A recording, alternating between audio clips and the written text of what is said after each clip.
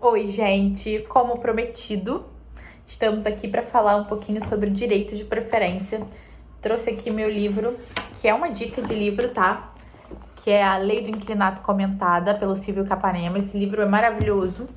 Eu estudo toda a base da legislação do inquilinato por ele. Ele traz, assim, um norte muito grande pra gente. Mas eu vim comentar um pouquinho com vocês sobre o direito de preferência. Vim ler os artigos com vocês, que parece besteira ler os artigos, mas os artigos são, assim, um bálsamo pra gente. A gente não fica perdido. E muito pelo contrário, tá? Os artigos são bem claros. Então, na maioria das vezes, eles respondem qualquer dúvida que a gente possa vir a ter.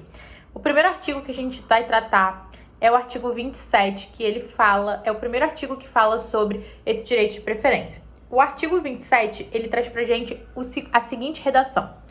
No caso de venda, promessa de venda, cessão ou promessa de cessão de direitos ou dação em pagamento, o locatário tem preferência para adquirir o imóvel locado, em igualdade de condições com terceiros, devendo o locador dar-lhe conhecimento do negócio mediante notificação judicial, extrajudicial ou outro meio de ciência inequívoca, tá?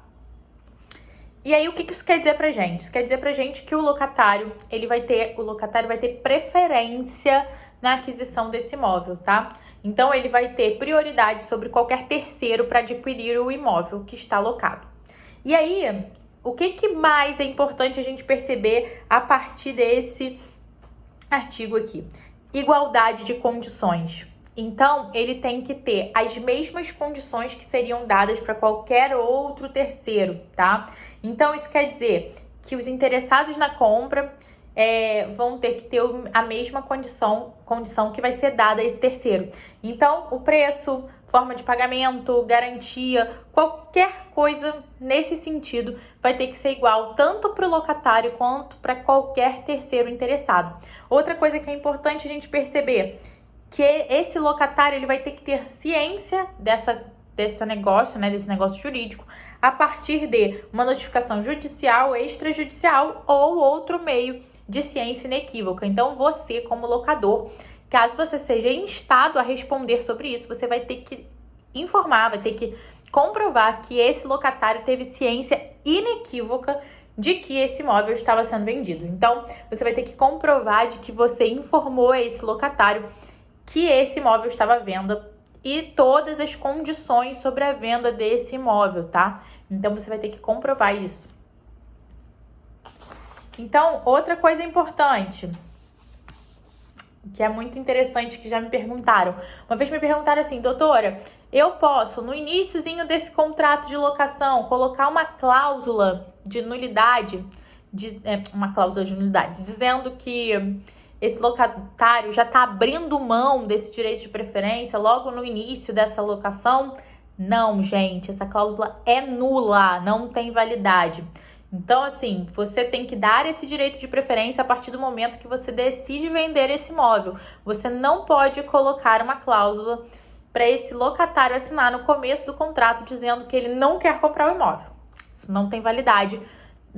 Isso porque o legislador parte do princípio que esse locatário ele tem que, naquele momento, naquela conjuntura histórica, naquele momento que ele está vivendo, ter o direito de exercer esse direito de preferência, exercer essa possibilidade de compra ou não, querer ou não comprar o imóvel naquele momento, tá? Então, ele tem que viver aquele momento, não pode ser a qualquer tempo, então não pode ser no começo desse contrato de locação, tá?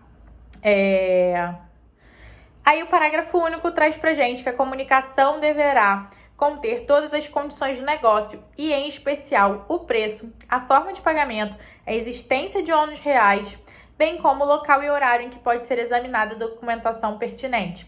Então, você tem que dizer tudo desse negócio jurídico na própria notificação, a sua notificação extrajudicial ou seu meio inequívoco de informação quanto a essa compra e venda, né? Tem que dizer o valor, a forma de pagamento, como é que você vai aceitar, qualquer condição especial, você tem que dizer tudo ali. Se você tem algum ônus nesse imóvel, se o imóvel está livre e desembaraçado, tem que dizer quando que esse locatário pode ver esses documentos do imóvel. Tudo isso tem que estar previsto nessa notificação dessa possibilidade, desse direito de preferência, tá? Muito importante isso.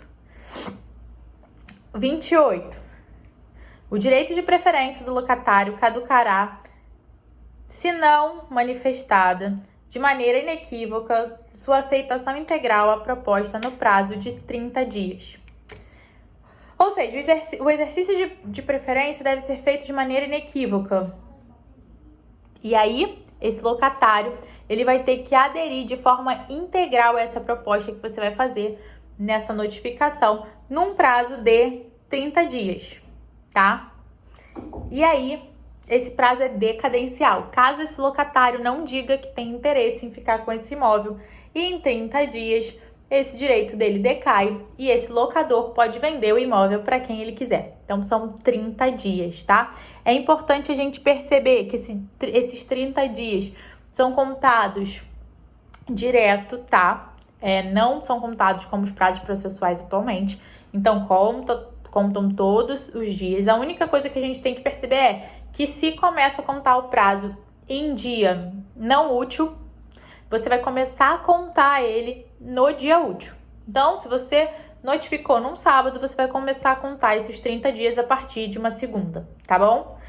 Porém, contam-se todos os prazos corridos, todos os dias corridos, normalmente, tá? Vamos lá. Continuando.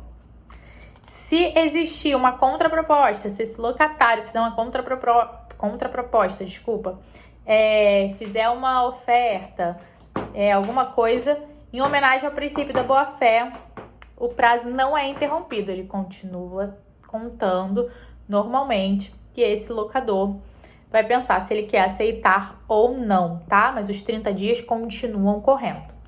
O artigo 29, ele traz pra gente: ocorrendo a aceitação da proposta pelo locatário, a posterior desistência do negócio pelo locador acarreta a este responsabilidade pelos prejuízos ocasionados, inclusive lucros cessantes.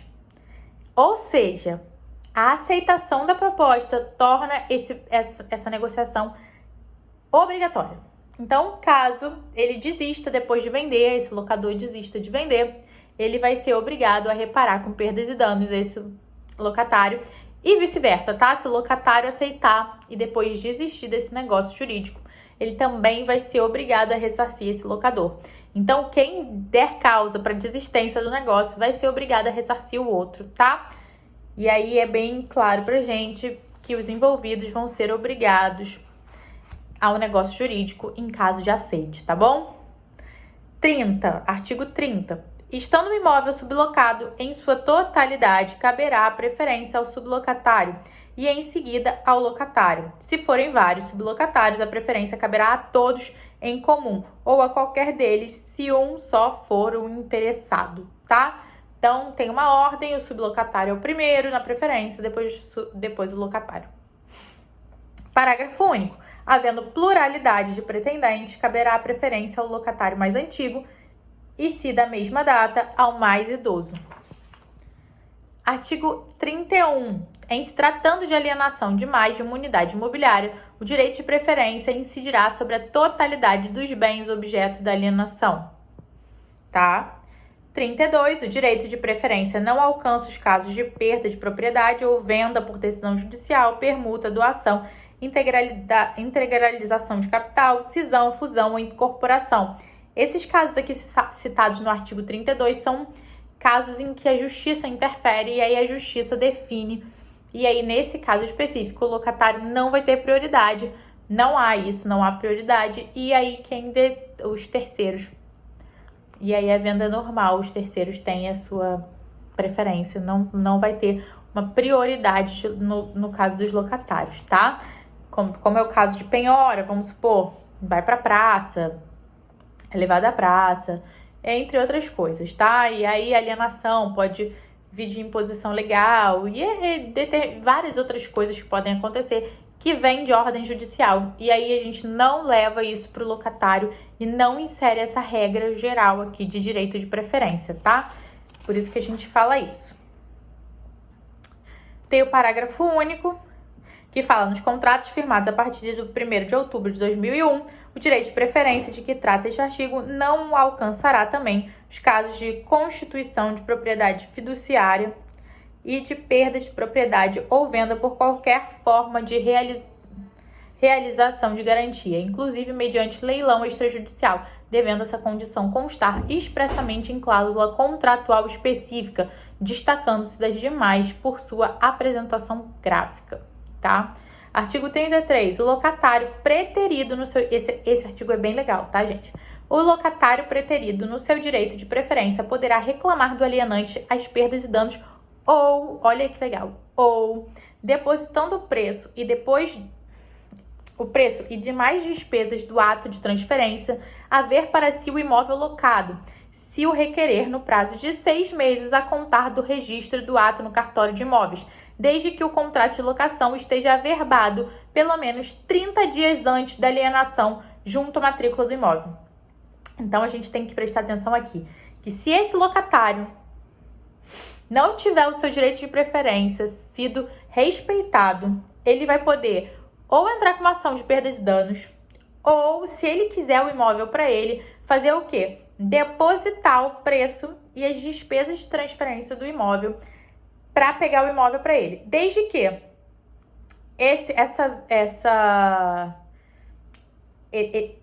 atitude dele tem um lapso temporal de 6 meses a contar do registro do ato no cartório, né, dessa compra e venda, e também que esse contrato de locação esteja averbado na matrícula do imóvel pelo menos 30 dias antes da alienação.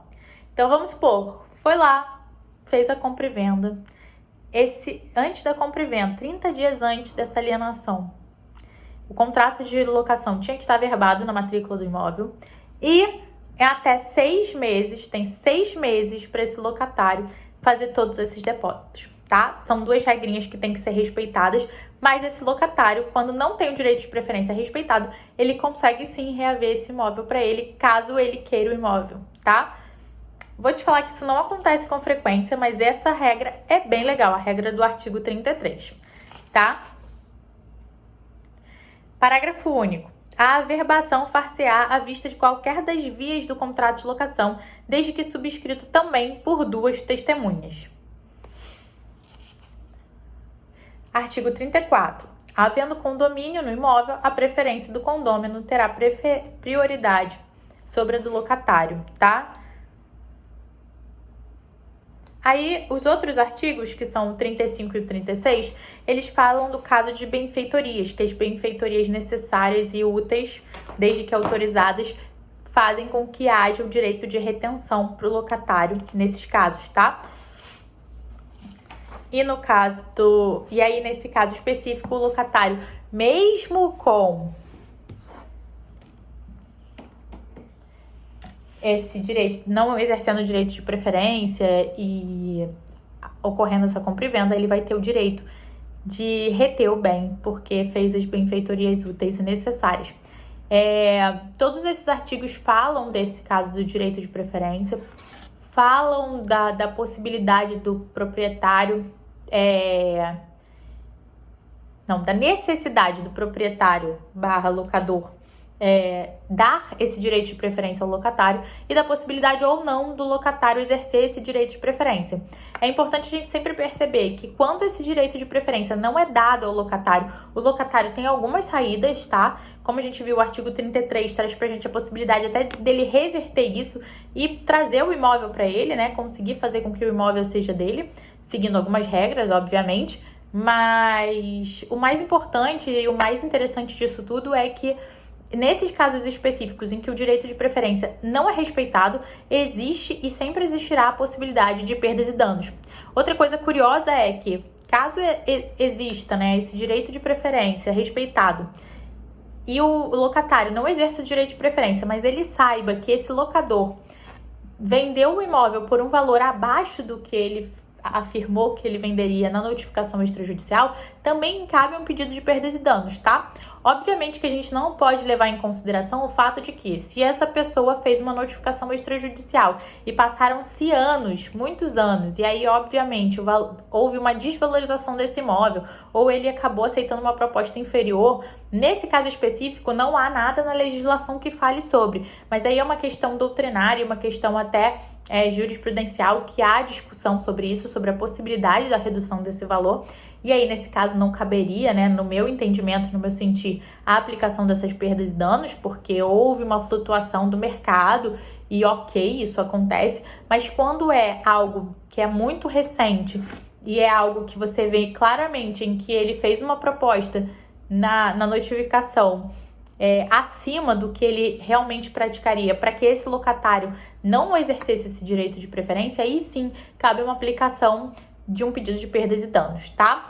E aí é isso, o direito de preferência é um direito que precisa ser exercido, ele é obrigatório, ele é previsto na lei de locação e, como a gente viu, ele é muito aberto, né? Porque essa notificação pode ser através de uma notificação judicial, extrajudicial ou qualquer meio que você consiga comprovar que esse locatário teve a ciência de que esse imóvel seria vendido e das condições em que ele seria vendido e pôde ter acesso a essa compra, né? Ele pôde exercer esse direito de alguma forma, tá? Espero que vocês gostem. Se vocês ficarem com alguma dúvida, vocês podem perguntar aqui embaixo. E é isso, gente. Até o próximo vídeo e tchau, tchau!